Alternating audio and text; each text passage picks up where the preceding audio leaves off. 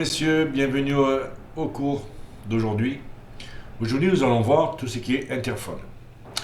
Interphone audio, interphone vidéo, tout ce qui est gâche électrique, portail électrique, du moins commande portail électrique. Ce n'est pas la même chose. Alors, je vous invite à me suivre dans ce cours sur l'interphonie.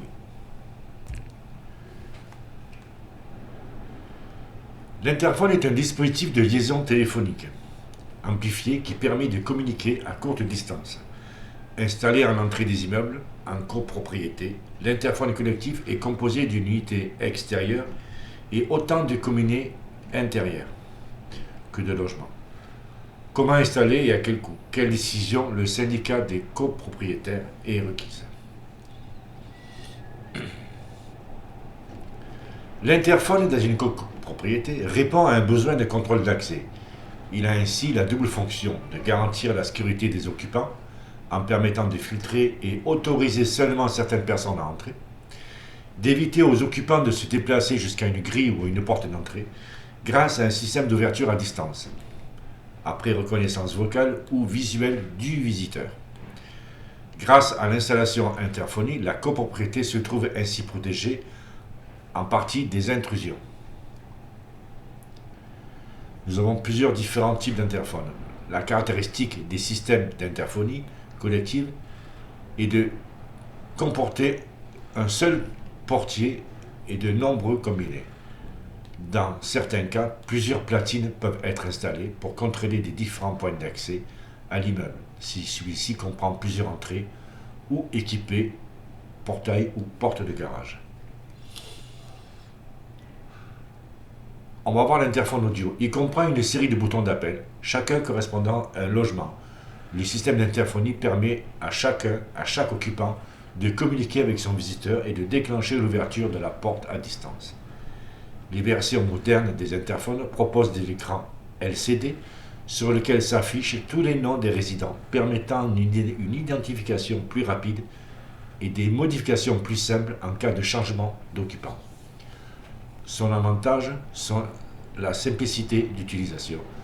Son inconvénient, en cas de dysfonctionnement, les voix ne sont pas suffisamment audibles et pousse les occupants à ouvrir à tous les visiteurs sans vérification préalable, ce qui rend malheureusement le dispositif inutile. L'interphone vidéo ou visiophone, il reprend le même principe que l'interphone classique, mais le portier comporte une caméra, alors que les combinés possèdent de leur côté un écran de visualisation qui permet de vérifier l'identité du visiteur. Il est plus efficace que le simple interphone, sans pour autant de nécessiter les autorisations que la vidéosurveillance exige. L'écran LCD peut être noir et blanc ou couleur, éventuellement tactile et bénéficie d'un dispositif anti-vandale.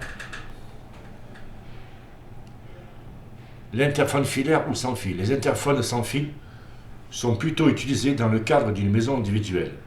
Les habitations collectives sont équipées d'interphones avec les combinés filaires. Toutefois, si aucun dispositif n'existait auparavant, l'installation des systèmes filaires engendre des travaux assez importants.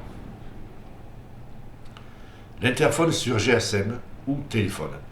Installé à l'entrée des immeubles, la platine transmet un appel au visiteur sur le téléphone fixe ou mobile du résident.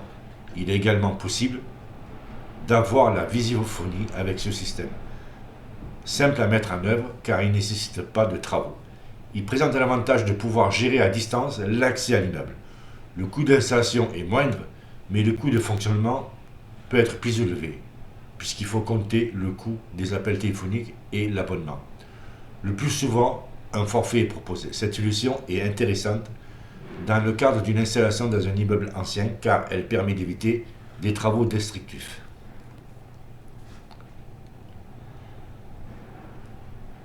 Les différents dispositifs permettent de substituer à l'interphone pour la gestion et le contrôle d'accès de l'immeuble, mais ils ne permettent pas l'ouverture à distance. Le digicode, il régule l'entrée en évitant que des personnes non autorisées n'accèdent à l'immeuble. Son efficacité est limitée si le code n'est pas changé régulièrement. Certains boîtiers disposent de la fonction digicode et interphone, ce qui en fait des solutions plus complètes. Nous avons également le lecteur à badge. Ce dispositif est le plus sécurisé que les digicodes, mais nécessite la possession d'un badge qui reste peu pratique pour accueillir des visiteurs. Elle peut être accouplée à un interphone à cet effet. La vidéosurveillance, comme son nom l'indique, elle ne sert qu'à surveiller les entrées des visiteurs et ne peut les empêcher. Elle nécessite par ailleurs des autorisations administratives qui doivent faire l'objet d'un affichage. L'installation de l'interphone fait partie des travaux ayant pour but de sécuriser l'accès aux parties communes. À ce titre, elle doit faire l'objet d'un vote de l'Assemblée générale des copropriétaires. La décision nécessite la majorité absolue de l'article 25 de la loi 10 juillet 1965. Nous avons des lois qui régissent l'infonie. La loi du 11 février 2005 pour l'égalité des droits et des chances à la participation et à la citoyenneté des personnes handicapées impose des nouvelles règles de construction. Ainsi, si dans le nouvel immeuble il a été choisi un équipement d'interphonie, alors l'interphone doit être muni d'un système permettant de visualiser les visiteurs et les communés doivent être équipés d'une boucle magnétique permettant l'amplification pour des prothèses auditives. Les appareils doivent également être possibles pour l'appel par un code. Le dispositif de contrôle d'accès doit par ailleurs être situé à une hauteur entre 0,90 et 1,30 m et à plus de 40 cm d'un angle rentrant de parois ou d'un obstacle à l'approche d'un fauteuil roulant. Cette obligation ne s'applique qu'aux bâtiments neufs. Les immeubles existants n'ont pas à s'équiper d'un système d'interphonie accessible, ni à modifier celui qui existe déjà. Toutefois, si l'installation doit être remplacée, alors elle doit se conformer à la nouvelle loi. Quel prix? Voilà, vous allez voir que des prix, chacun a son prix. Les prix dépendra des différents facteurs. Le type d'interphone, le nombre d'accès à la copropriété à équiper, le nombre de logements. Le prix comprend les coûts d'équipement, celui du matériel d'installation, gaines, câbles, etc. ainsi que le temps de main-d'œuvre nécessaire. Il faut compter un budget entre 5 000 € et 60 000 €. Entre 5 et 6 000 €, pardon. Pour une installation de l'interphone dans une petite copropriété de 10 à 15 logements, avec un seul point d'accès. Le budget se répartissant par moitié en matériel et pour l'autre en installation.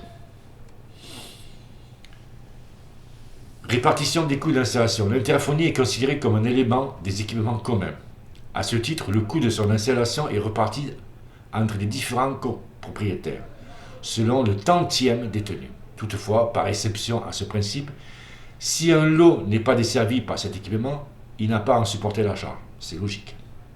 Le coût d'entretien obéit à des règles différentes puisque l'interphone est considéré comme bénéficiant à tous les lots dans la mesure où il sécurise l'immeuble. De ce fait, les coûts d'entretien sont répartis entre tous les copropriétaires selon le tantième détenu. Alors nous allons voir la pose des interphones. Je vais vous laisser regarder. Un interphone filaire fonctionne à très basse tension. Choisissez un interphone avec un transformateur 220 12 volts intégré pour la mise en place plus facile. Vous devez prévoir des fils électriques de sections différentes en fonction de la distance. 6 dixièmes pour 25 mètres et au-delà de 25 mètres du 15 mm. Un interphone se compose d'une platine de rue et d'un combiné intérieur. Le combiné est fixé dans l'entrée de votre domicile. Le plus souvent, il est branché à la place de votre ancienne sonnette pour éviter d'avoir à créer un circuit électrique. Dans le cas d'une portée d'entrée donnant sur l'oreille, il faudra fixer la platine à proximité de celle-ci ou sur un pilier de portail. Je vais vous regarder le mode de pause. Je vous laisse lire.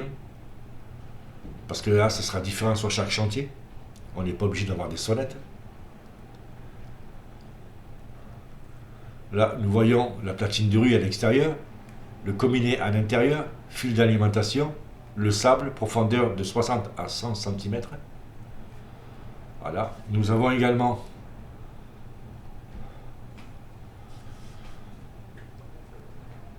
je vous invite à regarder la vidéo que nous avons fait sur les saignées, sur les tranchées, sur tout le reste. Ça vous expliquera pareil. Là, nous avons les saignées sur le poteau. L'encastrement. Fixer la platine de rue. Brancher la platine de rue. Voilà. Emboucher les saignées. Maintenant, nous allons voir les différents câblages. Alors là, nous avons des combinés intérieurs avec une platine de rue. Là, nous avons un transformateur, une commande de portail. J'ai bien dit une commande, je ne parle pas de la motorisation du portail. Attention. Et ici, nous avons une gâche électrique qui se porte sur un portillon, par exemple, ou une porte d'entrée. Alors, nous avons un transformateur, il va aller sur ce plan-là, sur ce schéma-là, sur ce modèle-là. Il va aller sur le 1 et le 2. Le 3 et le 4, c'est notre signal audio. Audio, pardon. Qui va aller sur le 3 et le 4. Nous avons la commande de portail qui va aller sur le 6 et le 8. Et notre gâche électrique qui va aller sur le 7 et le 8. Ce schéma de fonctionnement marche que pour ce modèle-là. Nous avons plusieurs modèles. Là, on a un autre exemple vidéo. Nous avons un interdifférentiel. Nous avons un disjoncteur. Nous avons le transformateur qui va alimenter l'unité intérieure. On peut rajouter une deuxième autre unité intérieure. Alors vous avez toujours le maître et l'esclave. Et là vous avez la platine de rue. Chaque interphone a son propre branchement. Chaque interphone. Ici nous avons notre schéma de connexion pour portier électrique pour villa. Là c'est un kit. C'est un kit de portier audio. Nous avons toujours pareil un transformateur. Nous avons des boutons poussoirs d'appel. Si on a plusieurs portes d'entrée. Ici, nous avons les combinés intérieurs et la platine de rue. Vous voyez, et nous avons la gâche. Tout est marqué numériquement. Il suffit de suivre les chiffres correctement. Ici, nous avons en dernier un autre plan d'un autre modèle. D'accord. Nous avons notre combiné. Nous avons notre platine de rue. Nous avons ici une gâche à émission, 8-12 volts. Une alimentation modulaire. Alors, modulaire, ça veut dire quoi? Ça veut dire qu'elle est dans le tableau. Nous avons la commande d'ouverture d'un portail. Voilà. Alors, vous voyez, tout ça, c'est des options. On peut trouver plusieurs options sur les interphones. Moi, j'ai vu sur l'interphone où mes stagiaires travaillent actuellement, nous avons le mode secret. C'est-à-dire que c'est une option que l'interphone vous donne. Le mode secret, c'est-à-dire que, par exemple, à chaque appel de l'extérieur, va aller sur le régisseur qui est à l'entrée de l'immeuble, qui lui va décider ou pas d'ouvrir. On peut avoir le mode directement, un autre mode secret qui lui, par contre, va pouvoir, comment vous expliquer ça, qui va pouvoir communiquer directement avec son interlocuteur sans que notre combiné puisse écouter. Moi, je me souviens avant, les premiers interphones que nous mettons en place, le premier étage, je pouvais écouter ce qui s'est passé au deuxième étage. Et là, maintenant, on a fait un mode secret. Ce mode secret, ça nous empêche de savoir qui vient rendre visite à votre voisin. Ça, c'est le mode secret. Nous avons le mode concierge. Nous avons plein de modes comme ça. Nous avons le GSM.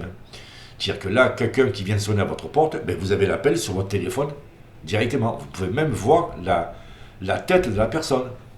Vous pouvez la voir sur l'écran, si elle est équipée d'une caméra. Vous avez plein d'options. Vous avez les options des langues.